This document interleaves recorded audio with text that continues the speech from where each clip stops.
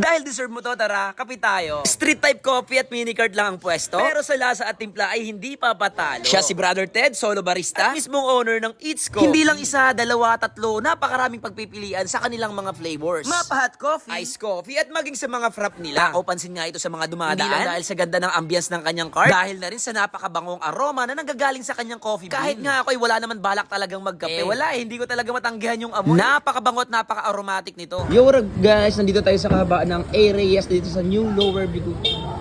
Ayan, dito sa may Talipapa. At may nadaanan nga tayo guys dito. Napaka-aesthetic. Stall lang siya. Ayan.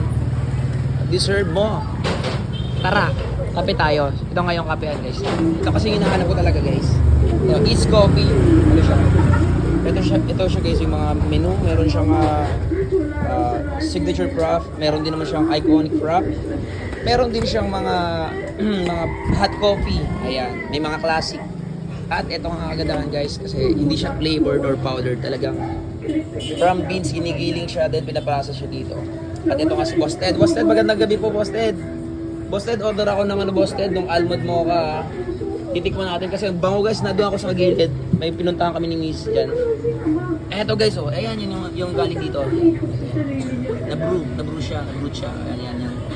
So, andun kami, dun pa lang maaamoy mo na guys, yung totoong amoy ng kape. So, dito nga ako dinala guys. Ito nga yun. Yung Eats Coffee, certain nga yun, solo flight na nag-ooperate dito. Ayan. Ito kasi yung pinakahabol ko talaga guys, yung totoong kape. Ayoko ng flavored lang. Alam niyo yun.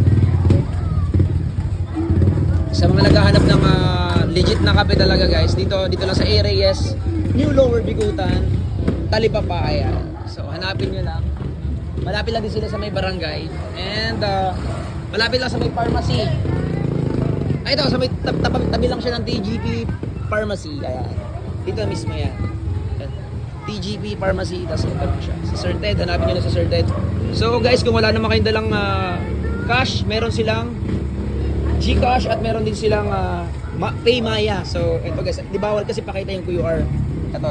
GCash and Paymaya. So, hanapin nyo lang si Sir Ted, Sir Ted, kaway naman Sir Ted, So guys, ito ulit yung kanilang menu. Pakipost na lang para makapili kayo ng menu na gusto nyo. Tsaka yung prices, makikita niyo na rin dyan. Bigla ang vlog nga lang pala to guys. Parang sa mga mahilig sa kape at sa mga literal at legit na kape, may idea kayo kung saan kayo bibili. Kung taga New Lower Bigutan kayo guys, napakalapit lang nito. Dito lang yan sa Talipapa guys. Sa A. Reyes. At sa mga nagtatangka namang uminom at tumikim ng kape ni Sir ay sana'y makakatulog kayo ng maaga kasi talagang napaka-concentrated ng kape niya. Yun lang guys. Bye-bye.